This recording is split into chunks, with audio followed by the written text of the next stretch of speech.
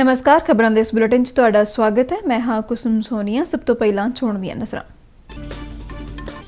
केंद्रीय कैबिनेट ने GeM portal राही सहकारी अदारियां तो खरीद करन दी तजवीज़ कीती मंजूर।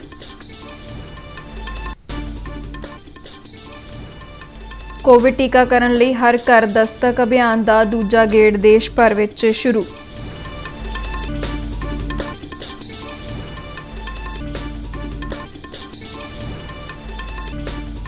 पीएम किसान सम्मान निधि तहत मिली मदद तो किसान खुश।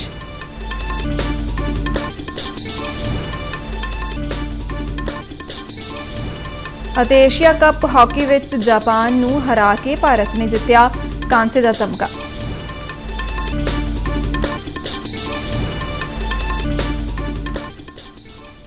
ਤੇ ਹੁਣ ਖਬਰਾਂ ਵਿਸਥਾਰ ਨਾਲ।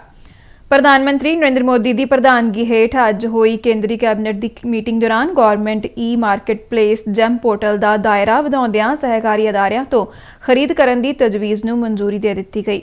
केंद्रीय सूचना ते प्रसारण मंत्री अनुराग सिंह ठाकुर ने मीटिंग मगरों पत्रकारां नूं इस संबंधी जानकारी दित्ती। उन्होंने कहा कि सरकार दे इस कदम नाल सहकारी अदारियां नूं पारदर्शी प्रक्रिया राहीं वाजिब कीमत हासिल करन विच आसानी होवेगी।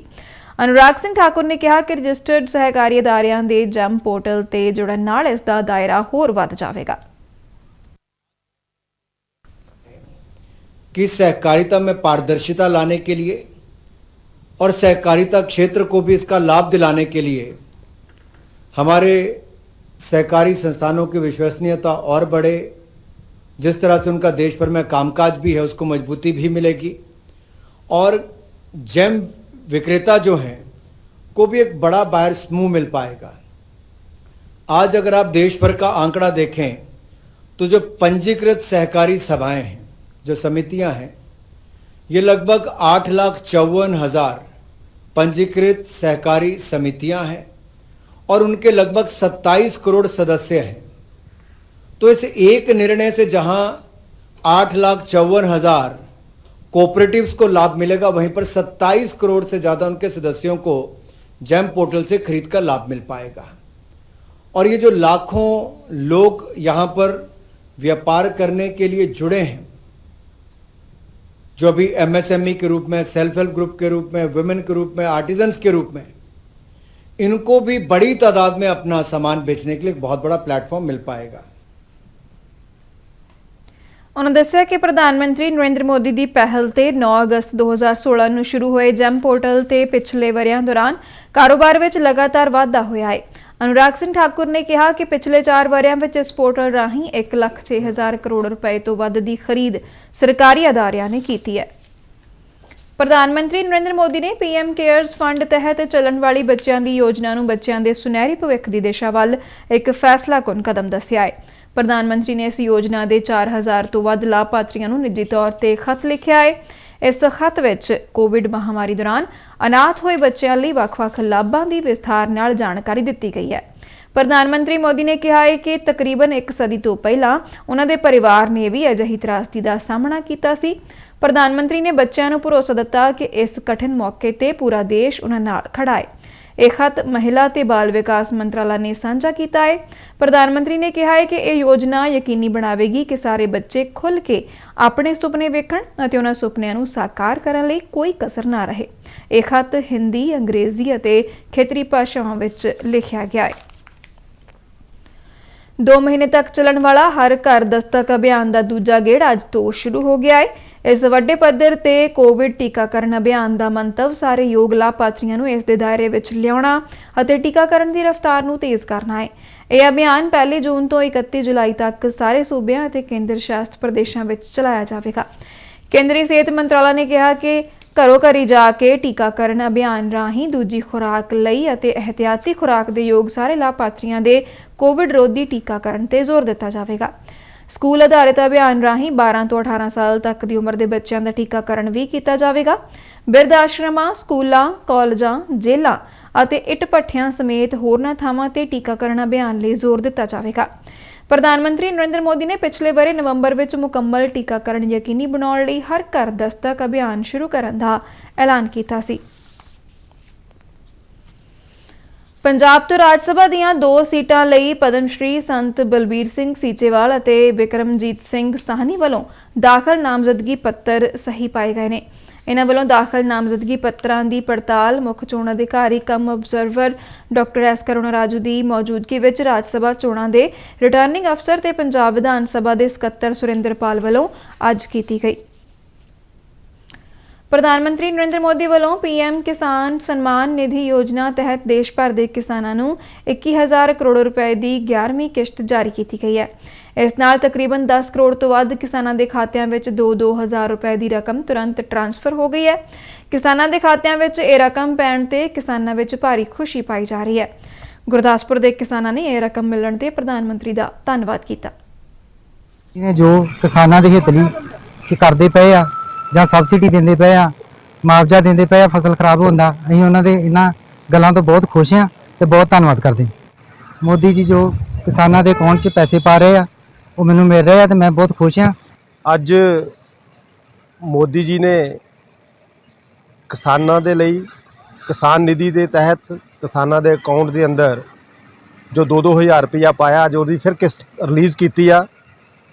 ਮੋਦੀ ਜੀ ਹਮੇਸ਼ਾ ਹੀ ਕਿਸਾਨਾਂ ਦੇ ਭਲੇ ਵਾਸਤੇ ਕੰਮ ਕਰ ਰਹੇ ਨੇ। ਆਪਾਂ ਉਹਨਾਂ ਦਾ ਬਹੁਤ ਧੰਨਵਾਦ ਕਰਦੇ ਹਾਂ ਵੀ ਉਹਨਾਂ ਨੇ ਕਿਸਾਨੀ ਨੂੰ ਉੱਪਰ ਚੁੱਕਣ ਵਾਸਤੇ ਬਹੁਤ ਵਧੀਆ ਉਪਰਾਲੇ ਕੀਤੇ। ਲੇਕਿਨ ਮੈਂ ਪੰਜਾਬ ਦੇ ਆਪਣੇ ਪੰਜਾਬੀਆਂ ਨੂੰ ਵੀ ਕਹਿਣਾ ਚਾਹੁੰਦਾ ਵੀ ਮੋਦੀ ਜੀ ਨੇ ਪੰਜਾਬ ਵਾਸਤੇ ਜੋ ਕੁਝ ਕੀਤਾ, ਪੰਜਾਬ ਦੀ ਕਿਸਾਨੀ ਨਹੀਂ ਪੰਜਾਬੀਅਤ ਨੂੰ ਵੀ ਉੱਪਰ ਚੱਕਣ ਵਾਸਤੇ ਜੋ ਕੰਮ ਕੀਤਾ, ਉਹ ਜ਼ਿੰਦਗੀ ਦੇ ਅੰਦਰ ਅੱਜ ਆਜ਼ਾਦੀ ਤੋਂ ਬਾਅਦ ਕਿਸੇ ਵੀ ਸਰਕਾਰ ਨੇ ਇਸ ਤਰ੍ਹਾਂ ਦਾ ਉਪਰਾਲਾ ਨਹੀਂ ਕੀਤਾ। ਆਪਾਂ ਪੰਜਾਬੀ ਹੋਣ ਦੇ ਨਾਤੇ ਪੰਜਾਬ ਵੱਲੋਂ ਮੋਦੀ ਜੀ ਦਾ ਤਹਿ ਦਿਲ ਤੋਂ ਧੰਨਵਾਦ ਕਰਦੇ ਹਾਂ ਵੀ ਪੰਜਾਬ ਨੇ ਦੀ ਪੰਜਾਬੀਅਤ ਨੂੰ ਉੱਪਰ ਚੁੱਕਣ ਦਾ ਮੋਦੀ ਜੀ ਨੇ ਕੰਮ ਕੀਤਾ, ਕਿਸਾਨੀ ਨੂੰ ਉੱਪਰ ਚੁੱਕਣ ਦਾ ਕੰਮ ਕੀਤਾ। ਔਰ ਮੋਦੀ ਜੀ ਦੇ ਹਮੇਸ਼ਾ ਹੀ ਮਨ ਦੇ ਅੰਦਰ ਆ ਵੀ ਕਿਸਾਨੀ ਨੂੰ ਉੱਪਰ ਚੁੱਕਿਆ ਜਾਏ, ਕਿਸਾਨੀ ਦੀ ਆਮਦਨ ਨੂੰ ਦੁੱਗਣਾ ਕੀਤਾ ਜਾਏ। ਉਸੇ ਦੇ ਤਹਿਤ ਮੋਦੀ ਜੀ ਉਪਰਾਲੇ ਕਰ ਰਹੇ ਨੇ। ਆਪਾਂ ਉਹਨਾਂ ਦਾ ਬਹੁਤ ਬਹੁਤ ਧੰਨਵਾਦ ਕਰਦੇ ਹਾਂ, ਤਹਿ ਦਿਲੋਂ ਧੰਨਵਾਦ ਕਰਦੇ ਹਾਂ। ਪੰਜਾਬੀਅਤ ਨੂੰ ਉੱਪਰ ਚੁੱਕਣ ਦਾ, ਕਿਸਾਨੀ ਨੂੰ ਉੱਪਰ ਚੁੱਕਣ ਦਾ ਬਹੁਤ ਬਹੁਤ ਧੰਨਵਾਦ ਮੋਦੀ ਜੀ ਦਾ, ਬਹੁਤ ਬਹੁਤ ਧੰਨਵਾਦ ਕਰਦੇ ਹਾਂ। ਆਜ਼ਾਦੀ ਕਾ ਅੰਮ੍ਰਿਤ ਮਹੋਤਸਵ ਨੂੰ ਸਮਰਪਿਤ ਆਜ਼ਾਦੀ ਕਾ ਸਫ਼ਰ ਤਹਿਤ ਅਸੀਂ ਭਾਰਤ ਦੀ ਆਜ਼ਾਦੀ ਵਿੱਚ ਯੋਗਦਾਨ ਪਾਉਣ ਵਾਲੇ ਵੱਖ-ਵੱਖ ਮੰਨੇ ਪਰਮੰਨੇ ਅਤੇ ਗੁੰਮਨਾਮ ਆਜ਼ਾਦੀ ਸੰਗਰਾਮੀਆਂ ਦੇ ਜੀਵਨ ਦੇ ਪਹਿਲੂਆਂ ਤੋਂ ਤੁਹਾਨੂੰ ਜਾਣੂ ਕਰਵਾਉਂਦੇ ਹਾਂ। ਇਸ ਤੋਂ ਇਲਾਵਾ ਆਜ਼ਾਦੀ ਦੇ ਸੰਘਰਸ਼ ਨਾਲ ਜੁੜੀਆਂ ਹੋਰ ਗਤੀਵਿਧੀਆਂ ਬਾਰੇ ਵੀ ਦੱਸਦੇ ਹਾਂ।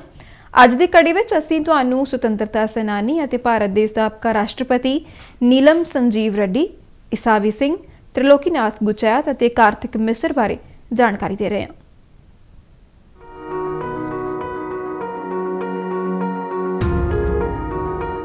ਅੱਜ ਅਸੀਂ ਯਾਦ ਕਰ ਰਹੇ ਹਾਂ ਸੁਤੰਤਰਤਾ ਸੈਨਾਨੀ ਅਤੇ ਭਾਰਤ ਦੇ ਸਾਬਕਾ ਰਾਸ਼ਟਰਪਤੀ ਨੀਲਮ ਸੰਜੀਵ ਰੈੱਡੀ ਨੂੰ। ਉਹਨਾਂ ਦਾ ਜਨਮ ਆਂਧਰ ਪ੍ਰਦੇਸ਼ ਦੇ ਮੌਜੂਦਾ ਅਨੰਤਪੁਰ ਜ਼ਿਲ੍ਹੇ ਵਿੱਚ ਹੋਇਆ ਸੀ। ਰੈੱਡੀ ਨੇ ਯੂਨੀਵਰਸਿਟੀ ਤੋਂ ਸਿੱਖਿਆ ਪੂਰੀ ਕੀਤੀ ਅਤੇ ਅਨੰਤਪੁਰ ਦੇ ਸਰਕਾਰੀ ਆਰਟਸ ਕਾਲਜ ਵਿੱਚ ਪੜ੍ਹਨ ਲੱਗ ਪਏ। ਜੁਲਾਈ 1929 ਵਿੱਚ ਮਹਾਤਮਾ ਗਾਂਧੀ ਦੀ ਅਨੰਤਪੁਰ ਯਾਤਰਾ ਤੋਂ ਬਾਅਦ ਰੈੱਡੀ ਸੁਤੰਤਰਤਾ ਸੰਘਰਸ਼ ਵਿੱਚ ਸ਼ਾਮਲ ਹੋ ਗਏ। ਉਹਨਾਂ ਨੇ ਕਾਲਜ ਦੀ ਪੜ੍ਹਾਈ ਛੱਡ ਦਿੱਤੀ ਅਤੇ ਸੁਤੰਤਰਤਾ ਅੰਦੋਲਨ ਵਿੱਚ ਸ਼ਾਮਲ ਹੋ ਗਏ। ਉਹ ਯੂਥ ਲੀਗ ਨਾਲ ਨੇੜਿਓਂ ਜੁੜੇ ਸਨ ਅਤੇ ਵਿਦਿਆਰਥੀ ਸੱਤਿਆਗ੍ਰਹਿ ਵਿੱਚ ਹਿੱਸਾ ਲੈਂਦੇ ਸਨ। 1938 ਵਿੱਚ ਰੈੱਡੀ ਆਂਧਰ ਰਾਜ ਕਾਂਗਰਸ ਕਮੇਟੀ ਦੇ ਸਕੱਤਰ ਚੁਣੇ ਗਏ। 1942 ਵਿੱਚ ਭਾਰਤ ਛੱਡੋ ਅੰਦੋਲਨ ਸਮੇਂ ਰੈੱਡੀ ਨੂੰ ਗ੍ਰਿਫਤਾਰ ਕੀਤਾ ਗਿਆ ਅਤੇ ਅਮਰਾਵਤੀ ਜੇਲ੍ਹ ਵਿੱਚ ਭੇਜ ਦਿੱਤਾ ਗਿਆ। ਜੇਲ੍ਹ ਵਿੱਚ ਉਹਨਾਂ ਨੇ ਸੁਤੰਤਰਤਾ ਸੈਨਾਨੀਆਂ ਟੀ ਪ੍ਰਕਾਸ਼ਮ, ਐਸ ਸਤਿਆਮੂਰਤੀ, ਕੇ ਕਾਮਰਾਜ ਅਤੇ ਵੀਵੀ ਗਿਰੀ ਨਾਲ ਸਜ਼ਾ ਭੋਗੀ। ਰੈੱਡੀ ਨੂੰ 1945 ਵਿੱਚ ਰਿਹਾ ਕੀਤਾ ਗਿਆ।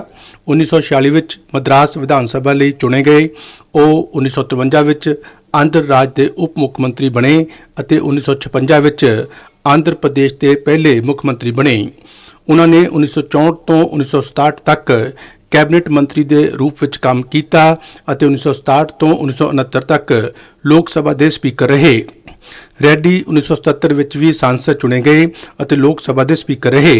ਉਸ ਦੇ 3 ਮਹੀਨੇ ਬਾਅਦ ਨੀਲਮ ਸੰਜੀਵ ਰੈੱਡੀ ਬਿਨਾਂ ਮੁਕਾਬਲਾ ਭਾਰਤ ਦੇ 6ਵੇਂ ਰਾਸ਼ਟਰਪਤੀ ਬਣੇ। 1 ਜੂਨ 1996 ਨੂੰ ਉਹਨਾਂ ਦਾ ਦੇਹਾਂਤ ਹੋ ਗਿਆ। ਮਹਾਨ ਰਾਸ਼ਟਰਵਾਦੀ ਨੇਤਾ ਨੂੰ ਸਾਡਾ ਨਮਨ। ਅੱਜ ਅਸੀਂ ਵੀਰ ਈਸਾਵੀ ਸਿੰਘ ਨੂੰ ਯਾਦ ਕਰ ਰਹੇ ਹਾਂ। ਉਹ ਉੱਤਰ ਪ੍ਰਦੇਸ਼ ਦੇ ਜੌਨਪੁਰ ਦੇ ਨਿਵਾਸੀ ਸਨ। ਈਸਾਵੀ ਸਿੰਘ 1857 ਵਿੱਚ ਭਾਰਤ ਦੇ ਪਹਿਲੇ ਸੁਤੰਤਰਤਾ ਸੰਘਰਸ਼ ਸਮੇਂ ਜੌਨਪੁਰ ਵਿੱਚ ਅੰਗਰੇਜ਼ਾਂ ਨਾਲ ਲੜ ਰਹੀ ਸੈਨਾ ਵਿੱਚ ਸ਼ਾਮਲ ਹੋ ਗਏ। ਉਹਨਾਂ ਨੇ ਸਰਕਾਰੀ ਗੋਦਾਮ ਲੁੱਟਣ ਦੇ ਅਭਿਆਨ ਵਿੱਚ ਹਿੱਸਾ ਲਿਆ ਅਤੇ ਉੱਥੇ ਹੀ ਗੋਦਾਮ ਦੇ ਸਰਪ੍ਰਸਤ ਡੇਵਿਸ ਦੀ ਹੱਤਿਆ ਕਰ ਦਿੱਤੀ। ਇਸਾਵੀ ਸਿੰਘ ਨੂੰ ਫੜ ਲਿਆ ਗਿਆ ਅਤੇ ਮੌਤ ਦੀ ਸਜ਼ਾ ਦਿੱਤੀ ਗਈ। ਉਹਨਾਂ ਨੂੰ 1 ਜੂਨ 1858 ਨੂੰ ਫਾਂਸੀ ਦਿੱਤੀ ਗਈ। ਵੀਰ ਇਸਾਵੀ ਸਿੰਘ ਨੂੰ ਸਾਡਾ 100 ਵਾਰ ਨਮਨ। ਅਸੀਂ ਵੀਰ ਤ੍ਰਿਲੋਕੀਨਾਥ ਗੁਚੈਤ ਨੂੰ ਵੀ ਯਾਦ ਕਰ ਰਹੇ ਹਾਂ। ਉਹ ਪੱਛਮੀ ਬੰਗਾਲ ਦੇ ਮੇਦਨੀਪੁਰ ਜ਼ਿਲ੍ਹੇ ਦੇ ਨਿਵਾਸੀ ਸਨ। ਉਹਨਾਂ ਨੇ ਨਾ ਸਿਵਲ ਫਰਮਾਨੀ ਅੰਦੋਲਨ ਦੇ ਸਮੇਂ ਕੋਈ ਟੈਕਸ ਨਹੀਂ ਅਭਿਆਨ ਵਿੱਚ ਹਿੱਸਾ ਲਿਆ ਸੀ। 1 ਜੂਨ 1930 ਨੂੰ ਪੁਲਿਸ ਦੀ ਗੋਲੀ ਲੱਗਣ ਨਾਲ ਉਹਨਾਂ ਦੀ ਮੌਤ ਹੋ ਗਈ। ਉਹਨਾਂ ਨੂੰ 100 ਵਾਰ ਨਮਨ। ਅੱਜ ਕਾਰਤਿਕ ਮਿਸਰ ਦੀ ਵੀ ਬਰਸੀ ਏ। ਉਹਨਾਂ ਦਾ ਦੇਹਾਂਤ 1 ਜੂਨ 1930 ਨੂੰ ਹੋਇਆ ਸੀ। ਕਾਰਤਿਕ ਬੰਗਾਲ ਦੇ ਸਿਰਾਮਪੁਰ ਪਿੰਡ ਦੇ ਵਸਨੀਕ ਸਨ। ਵਿਦਿਆਰਥੀ ਜੀਵਨ ਵਿੱਚ ਹੀ ਉਹ ਸੱਤਿਆਗ੍ਰਹਿ ਵਿੱਚ ਸ਼ਾਮਲ ਹੋ ਗਏ। 1 ਜੂਨ 1930 ਨੂੰ ਨਮਕ ਸੱਤਿਆਗ੍ਰਹਿ ਦੇ ਸਮੇਂ ਪ੍ਰਤਾਪ ਡਿੱਗੀ ਵਿੱਚ ਪੁਲਿਸ ਵੱਲੋਂ ਲੁੱਟਮਾਰ ਅਤੇ ਹਮਲੇ ਦੀ ਖਬਰ ਸੁਣੀ ਤਾਂ ਇਸ ਜ਼ੁਲਮ ਦੇ ਵਿਰੋਧ ਵਿੱਚ ਕਾਰਤਿਕ ਨਾਲ 200 ਲੋਕ ਮੁਜ਼ਾਹਰਾ ਕਰਨ ਲਈ ਇਕੱਠੇ ਹੋ ਗਏ। ਪੁਲਿਸ ਨੇ ਅੰਨ੍ਹੇਵਾਹ ਗੋਲੀਬਾਰੀ ਸ਼ੁਰੂ ਕਰ ਦਿੱਤੀ। ਗੋਲੀਬਾਰੀ ਵਿੱਚ 2 ਲੋਕ ਮਾਰੇ ਗਏ ਅਤੇ ਕਈ ਜ਼ਖਮੀ ਹੋਏ। ਮਰਨ ਵਾਲਿਆਂ ਵਿੱਚ ਕਾਰਤਿਕ ਵੀ ਸ਼ਾਮਲ ਸਨ। ਧਰਤੀ ਮਾਂ ਦੇ ਬਹਾਦਰ ਸਪੁੱਤਰ ਨੂੰ ਸਾਡੀ ਭਾਵ-ਭੀਣੀ ਸ਼ਰਧਾਂਜਲੀ।